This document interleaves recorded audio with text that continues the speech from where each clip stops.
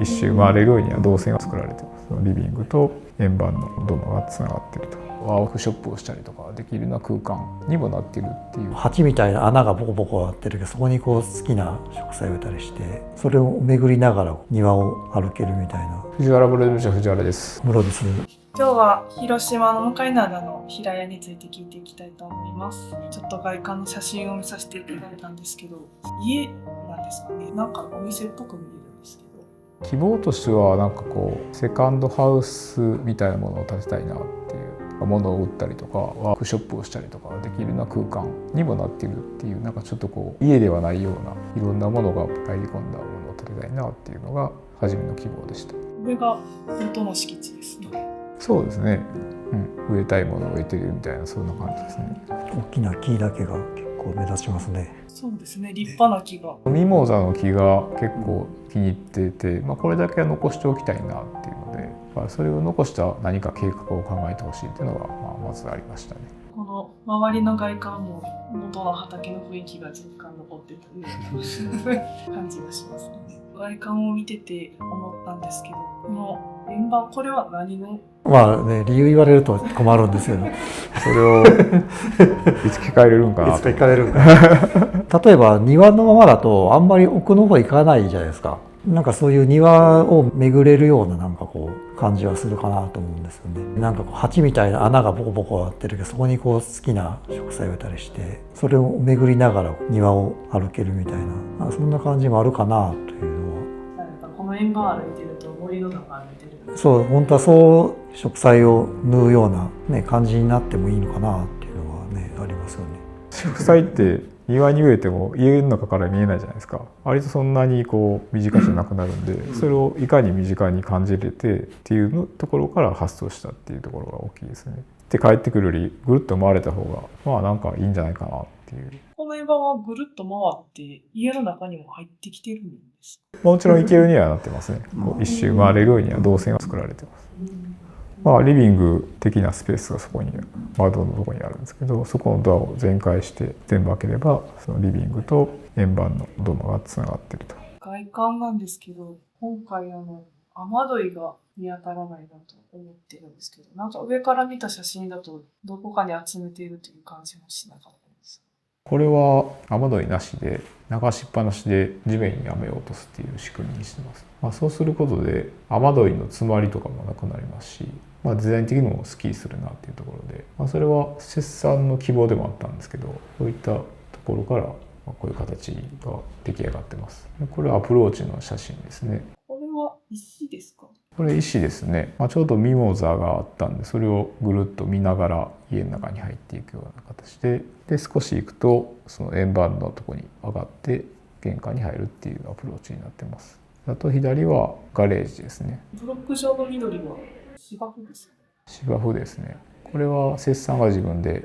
施工されましたね。敷き方にこだわりがありそうですね直線の位置とかもこだわりがなんかこだわりがありますね、これね。グラフィックデザインされてる、今回外壁にも木を張ってると思うんですけど、そもそも木って外に張って大丈夫？そうですね、いろんな木があるんですけど、これレッドシダーっていう外壁でよく使われてる木なんですけど、腐りにくいっていうのが特徴ですね。初めは赤茶っぽいんですけど、木なんでグレーになってきて落ち着いた色にはなってくるんですけど、年月も結構持つとは思いますね。この手の木もちょっと出してるんで、あんまり直接水も当たらないですし、切断としてはもっと雨が当たってもいいから軒を薄くしたいとかいうのがあったんですけど、ある程度こちらとしては少し出した方がいいんじゃないかなっていうところで、バランスを今の状態で最終決めたっていう形ですね。玄関ってどこにあるんですか？玄関はその1っていう数字の下あたりの右下あたりにドアがあると思うんですけど、玄関って作るとスペースも取れるし外とのつながりがなくなるんで、そこにマットを敷いて靴箱の家具みたいなのを置くとそこが玄関になるっていうので提案してます。玄関の前に扉があるのは、これは何のための扉ですか？これは雨窓なんですけど、外壁と同じレッドシダーっていう木で作った雨窓で、お店の機能もあるんでガラス張りのファサードになってるんですけど、一応使わない時とか長期いない時とか完璧に閉めておきたい時はこの雨窓を出してきて閉めるっていう形にできるようにしてます。道路に向かってまっすぐに配置しなかったんです。これは傾けてるのは左下にまず車を止めたいっていうのと、左上に作業スペースがあって、その左側になんか倉庫みたいなものを置きたいなっていうのがあって、あんまりこう外から見えないところに収納を置きたいっていうのがあって、ぐるっと円周を回した上でちょっと傾けた方がリビングのあたりがその通りから見えなくなるんですね。プライバシーを守れるかなっていう、そういった総合的ないろんな要望があった時にちょっと傾けた方がいいんじゃないかなっていうのがありましたね。玄関っていうところ入っていって、一番これは、家でいうとダイニングスペースみたいなイメージでは作ってます。ちょうど左側にキッチンがあるんで、キッチンはダイニング側に向いてはいるんですけど、若干ちょっと手元が隠れるような形でクローズ気味な配置にしてます。一応ショップ的なこともできるようにっていうところがあったんで、キッチンが目立ちすぎるのもちょっとどうかなっていうのもあったりしたんで、そういった配置にしてますね。大体これってどれぐらいの広さを加減ですかね。畳数とか考えたことがあんまりなくて、人がどういうふうに集まるかとか、ダイニング的なそのディスクが置けるかとかっていうのをイメージして、そんな大きくはないはずなんですよね。天井がちょっとこう通路部分に対して高くなってる。このじゃあ天井上げているのはあえてそういう円形のね特徴のを見せるためでももちろんあるんですけど、円に沿って、そうですね、その円を特徴づける感じですね。2番これはリビングですか。リビングとして使ったりとか、書斎として使ったりとか、知り合いとか他の家族が泊まりに来た時に泊まれるスペースになったりとか仕切れるようになってるんですけど、つながったり仕切ることでいろんなその機能がいろんな使い勝手ができるように設計してます。ここって床下げたりとかってあるんですか。なんとなくこもれる感じを作れるかなっていう、大きなスペースはちょっと差別化するというか雰囲気を変えれるなっていうので下げたんですけど、娘さんとか来た時は鍋をしたりとか食事したりするスペースにしたりとかして、広いスペースあるにもかかわらずこもれる感じを気に入って使ってるっていうのがあるみたいですね。3番が寝室ですか。そうですね、3番は寝室で4番が収納ですね。割とシンプルな間取りですね。間取りとしては6番はトイレで洗面兼、室内干しの部屋になってます。で8番は造作のお風呂ですね。トイレなんですけどこだわってる感じがありますね。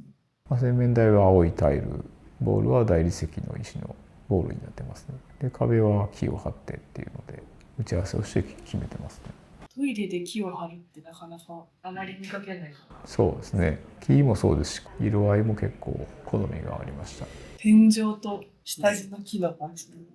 そうですね、これはラワンベニヤなんですけど、工事中、この上から仕上げをする予定でベニヤ糸が買ってたんですけど、この下地の雑な感じを摂さんが気に入ってこのままにできませんかっていうのであえて残したっていうのが経緯ですね。下の軒天の方は結構綺麗に貼ってるけど、それは見せる予定だったんですけど。でも確かに綺麗に貼ってるね。何もこう意図をせずまず丸にしようってだけでこう作ったけど、それが意外に現場で見てそういうの面白いですけどね。確かになんか外のその木の感じのつながりとこのラフな木合うかもしれないですね。この木じゃない壁のとこもなんかピンク色に見えるんですけど、これもおせさんのこだわりで。赤っぽい色は好きだったんだと思いますね。赤めの木を選んでるんですけど、それもいろいろある木の中からこれを選ばれたんで、ちょっと赤苦かった色が好きかなっていうのはありましたね。あと円形の方はオーク材を使ってます。オーク材って言っても表面が波打っててザラザラしてるようなものをあえて使ってあって、ちょっとラフな印象のある木をわざと使ってますね。あと中のこの壁はレールが天井と壁の隙間にピクチャーレールがあって、娘さんが作った版画とかの作品ですけど、ギャラリーとして使えるような機能もあるので、いろんな壁にこう作品を飾ったりできるようには考えられてます。キッチンは既製品の、ステンレスのキッチンがいいってことだったんで、これは既製品のキッチンを入れてます。一見造作っぽくなんかすっきりしてる気がするけど、スクエアなステンレスキッチンがあって、それに合わせてキッチンの前のところは同じステンレスを貼って引っ掛ける棒を別のメーカーのものをつけたりとかして合わせてます。どうしてもこうキッチン周りの商品って洗剤とかって色が派手だったりとかラベルが結構あったりするんで、そういうものをこうお店として機能してるところから見えるちょっと目立ちすぎるっていうのがあるんで、家で使うよりかは少し立ち上げの高さを高めにしてより手元が隠れるようには設計してます。今回お風呂は作ったお風呂ですか？そうですね、これは作ったお風呂ですね。ここにもトイレと一緒に青色のタイルが。そうですね、それもかなり探されてましたね。ベースがちょっと赤茶っぽいタイルがあって、それに対して青いタイルがあるみたいな、なんかそんなイメージだと思いますね。これ青ですけど、ちょっと反射すると虹色みたいな色が。なんかいろんな色入ってますね。一個一個で色が違う。そうですね。このテーブルもなんかちょっとこだわってそうなんかね、 4人掛け。これまあ6人ぐらいはかけれると思うんですけど、多分普通のテーブルの木が 1.5 倍ぐらいある大きなテーブルをオーダーで作りましたね。非常に重たい頑丈なテーブルですね。この足の太さとかも設計してる。そうですね、ちょっと武骨な感じ、まあ、建築のイメージと合ってるんじゃないかなと思いますけどね。はい、ありがとうございまはい、した。ありがとうございまだからまたちょっといろいろ交換していきたいと思いますので、チャンネル登録と高評価をよろしくお願いします。す。お願いしまお願いす。します。概要欄にも SNS 載せてますので、そちらもまた見てください。また感想とかあればコメント欄に入れてもらえたらと思います。お願いします。ありがとうございます。はい、ありがとうございました。ありがとうございます。